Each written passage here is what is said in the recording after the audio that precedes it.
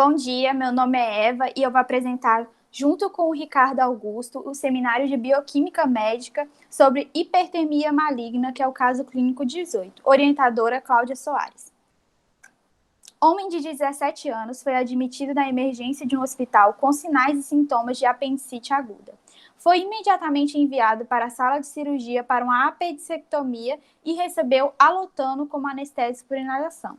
2 minutos após a administração do anestésico, o paciente apresentou temperatura extremamente elevada, rigidez muscular e taquipneia. Gasometria arterial revelou estado de acidose metabólica e dosagem de eletrólitos no soro mostrou hiperpotassemia. Uma enfermeira imediatamente entrou em contato com os familiares sobre os eventos e recebeu a informação de que apenas uma outra pessoa da família havia feito uma cirurgia e teve uma reação semelhante que levou à morte. O médico fez o diagnóstico de hipertermia maligna. Bom, antes de mais nada, vamos apresentar os sinais e sintomas da apendicite aguda. Isso é, os sinais e sintomas que o paciente apresentou ao chegar ao hospital antes de entrar na sala de cirurgia. Entre os sinais estão febre e sensibilidade de rebote. Sensibilidade de rebote nada mais é que uma dor quando o abdômen é pressionado suavemente, ou seja, você pressiona o abdômen do paciente e uma pressão é liberada e acaba dando uma leve dor. Entre os sintomas estão enjoo, perda de apetite, calafrios, constipação, dor ao lado direito do abdômen. Aí a gente vai pros sinais após a inalação do anestésico, ou seja, o paciente entrou na sala de cirurgia e recebeu o alotano, que é um anestésico por inalação, que nada mais são esses do que os sinais da própria hipertermia maligna. E aí, entre isso, a gente tem a hipertermia, que se difere da febre, porque não há um mecanismo de compensação corporal, ou seja, todos esses mecanismos permanecem inalterados, ao contrário da febre. E a gente tem rigidez muscular e a taquipneia, que é o número de inserções respiratórias por unidade de tempo. A acidose metabólica eu vou explicar rapidinho no próximo slide, que eu vou falar de gasometria arterial. E aí, o paciente também pode apresentar taquicardia, rabdomiólise e acidose respiratória. Nesse caso, ele apresentou acidose metabólica e não acidose respiratória.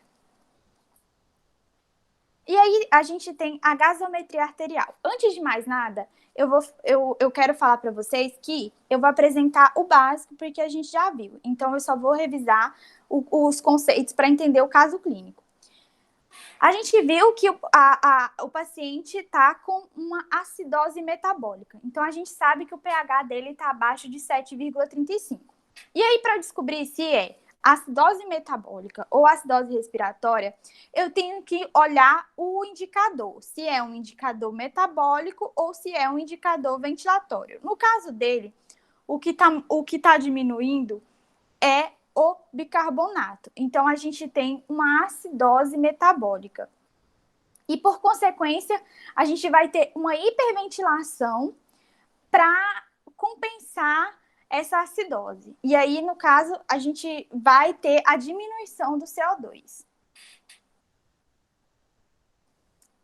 Antes de mais nada, é necessário, antes da gente entender o diagnóstico sindrômico, é necessário a gente entender que a hipertermia maligna ela é uma síndrome autossômica dominante, ou seja, ela tem uma penetrância reduzida e uma expressão gênica variável.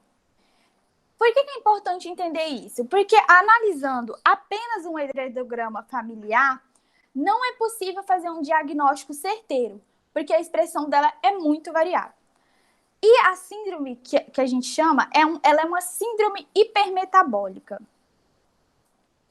Aí, em questão de classificação, a gente tem a classificação em fulminante clássica, e essa é potencialmente fatal. A gente tem a moderada, que tem manifestações metabólicas e musculares, mas sem uma gravidade que é igual à da forma fulminante. Aí a gente tem a leve, que são discretas alterações, entre outras.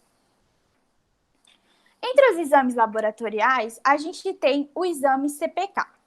Esse exame CPK, ele não é um exame totalmente certeiro. Por quê? Porque ele dosa a enzima creatinofosfoquinase, que vai atuar nos tecidos musculares, no cérebro e no coração. No entanto, essa enzima ela pode ser aumentada por diversas coisas, por exemplo, algum tipo de lesão muscular ou uma queimada. Eu estava lendo que até mesmo uma mudança de uma alteração no seu estado mental pode também ocorrer. Então, ela não é um diagnóstico 100% certeiro. Quando que eu posso usar a dosagem de CPK como diagnóstico certeiro? Quando eu já tenho uma história genética de hipertermia maligna e esse CPK tá elevado. Aí a gente pode dizer que o diagnóstico é positivo, mas sem isso não pode. E o CPK, no caso da hipertermia maligna, ele tem um pico em 12 e 24 horas do início da crise. Então, tem que ser feito ali naquele momento que o paciente está na sala de cirurgia, que teve a crise, já tem que fazer essa dosagem. E a gente pode falar que existem vários tipos de CPK. A gente tem a CPK1 ou BB, que é encontrada nos pulmões e cérebros, a CPK2 ou MB, que é encontrada no músculo cardíaco, a CPK3 ou MM, que é encontrada no tecido muscular. Agora, para um diagnóstico certeiro, se o paciente não tem história genética, aí a gente vai ter que ver o teste de contração ao alotano cafeína. O que seria esse teste? Esse teste ele é o padrão internacional do diagnóstico de hipertermia maligna. Para quem ele é indicado? Como eu já citei, ele é indicado para quem a gente analisou o heredograma e não teve uma história de hipertermia maligna. Aí tem que ir mais a fundo. Aí você vai ter a análise, você vai ter o que fazer a biópsia desse tecido. Então, você tem que requer uma colheita de músculo quadríceps e reto abdominal. Então, tem uma cirurgia envolvida. Por isso que eles não usam para todos os pacientes. Como que ocorre esse teste? Bom, aqui a gente tem... Esse teste nada mais é do que você analisar a resposta da contração na presença de alotano e cafeína. Esse primeiro gráfico é a resposta com a cafeína.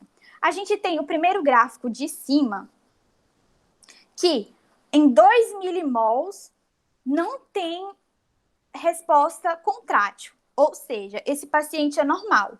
Eu estou dosando 0,5, 1, em 2 milimol, não tem resposta contrátil, esse paciente é normal.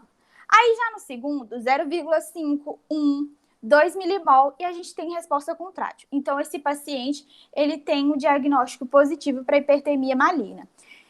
Isso foi coletado e essa é a biópsia do tecido.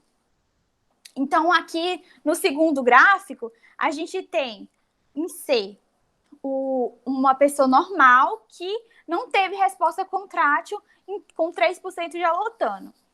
Já em D, a gente tem uma resposta contrátil com 3% de alotano. Então, esse paciente, ele apresenta hipertermia maligna. Bom, vamos dar continuidade agora. Eu vou falar um pouco sobre a escala clínica graduada CGS-MH, que é da hipertermia maligna, de probabilidade qualitativa. Então, analisando esse paciente que nós temos no caso clínico, não tendo o padrão ouro, que é esse teste alotando cafeína, apenas com os marcadores laboratoriais, a gente conseguiria saber se ele provavelmente tem ou não a hipertermia maligna apenas com os sinais laboratoriais? Então vamos analisar. O paciente, ele teve rigidez? Ele teve uma rigidez muscular generalizada? 15 pontos. Ele teve essa rigidez.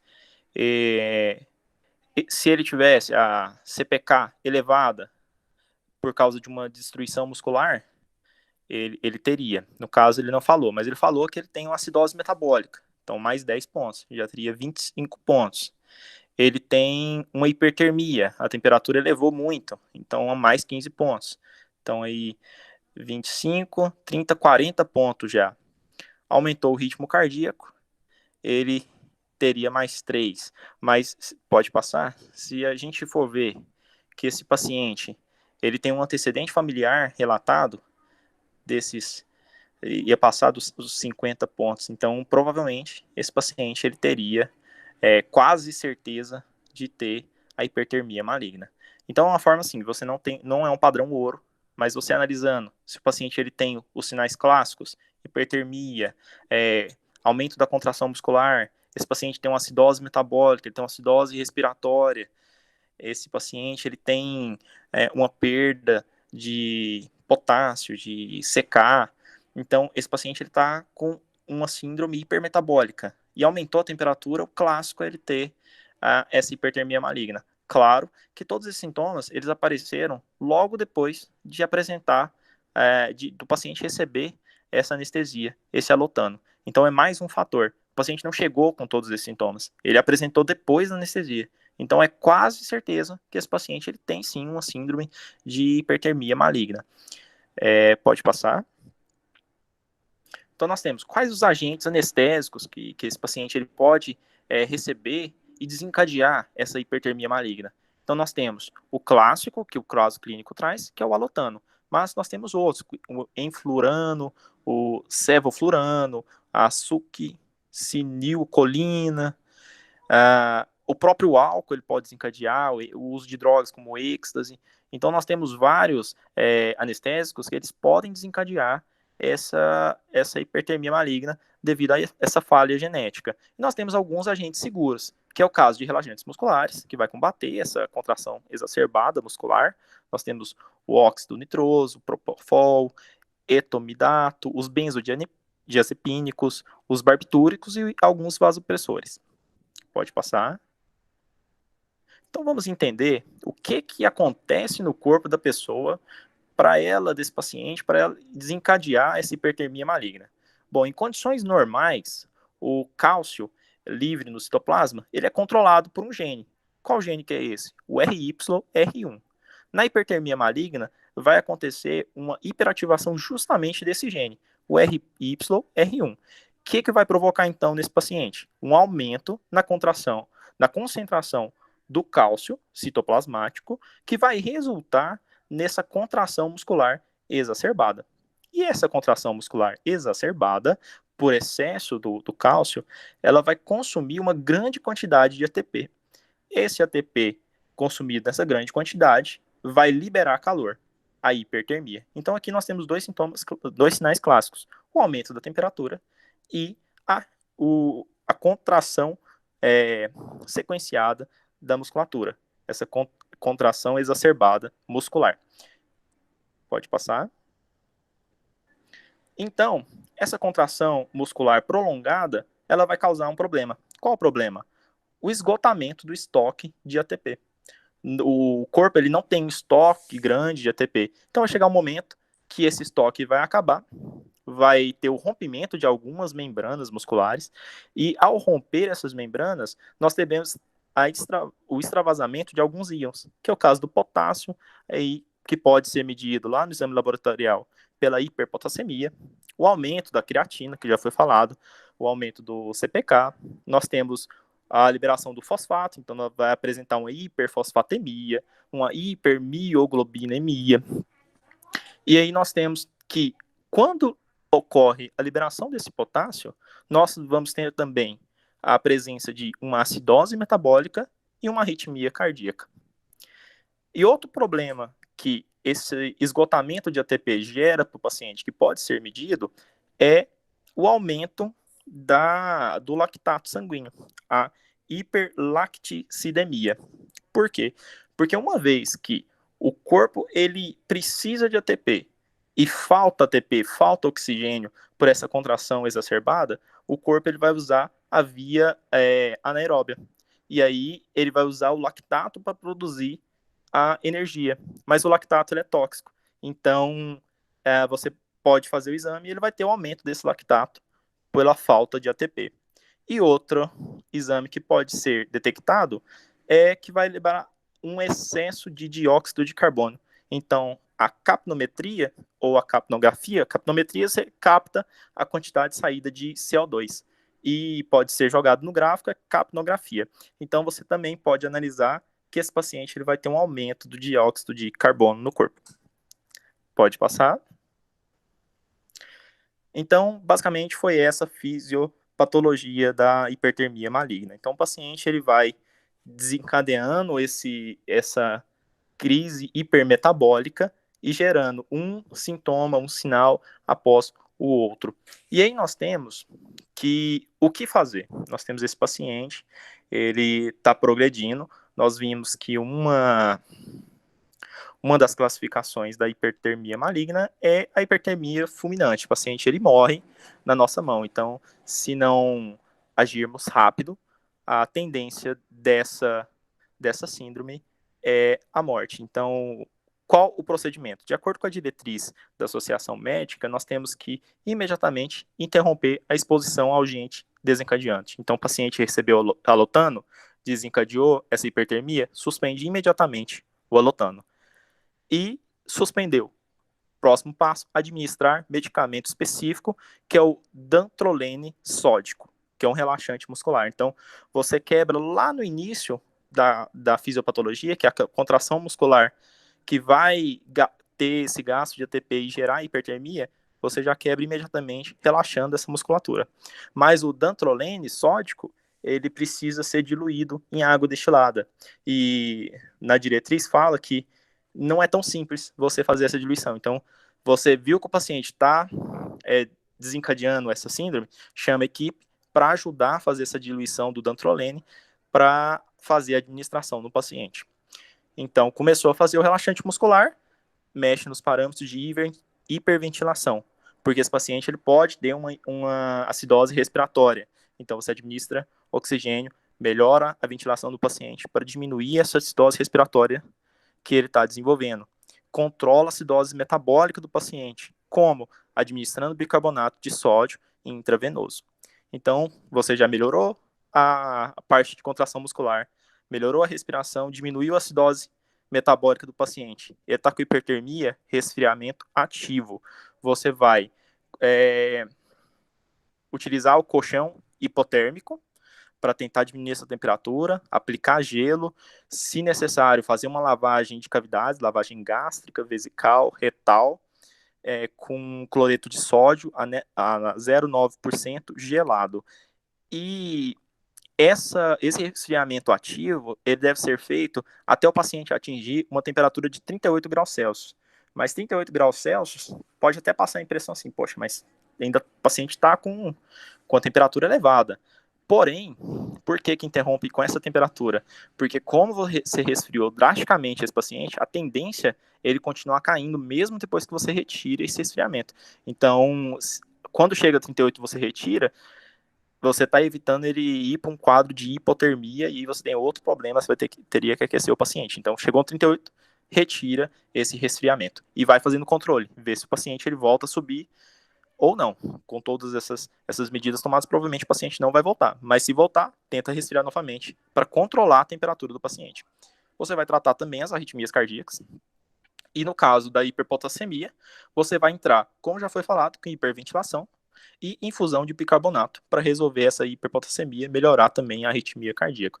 Então, esse é um passo a passo que, no caso de uma emergência, o paciente está desencadeando hipertermia maligna, você tenta salvar o paciente. É assim que você, correndo com toda a equipe, vai tentar salvar uma vida de uma doença que pode ser fulminante e em pouco tempo você perde uma vida, você perde um paciente. Pode passar.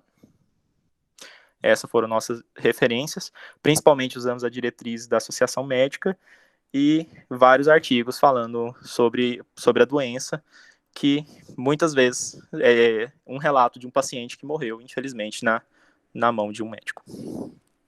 Obrigado.